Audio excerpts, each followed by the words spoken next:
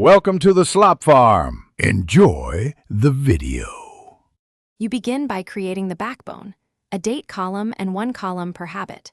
Use YIMMDD for dates so sorting works. Freeze the header row and first column to keep context. Once done, apply data validation and choose checkboxes or 1/0 entries to standardize input. This makes formulas reliable. Make sure to format the date column as date and set column widths for visibility. You'll start entering the first week of data immediately to confirm your layout behaves as expected.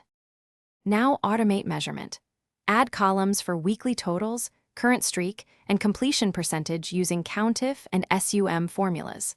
Once done, use array formula to fill down totals automatically so new dates require no manual copy.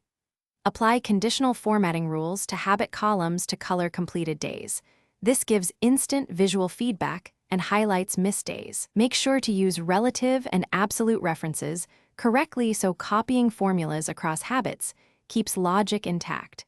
And test on a few sample rows to validate results. Finish by building a compact dashboard, a weekly completion chart, total completion percent, and longest streaks for motivation. Once done, protect key ranges to prevent accidental edits and name ranges for clearer formulas. Enable version history, or make a backup copy weekly. If things go wrong, first check your data validation and that ranges in formulas match your table.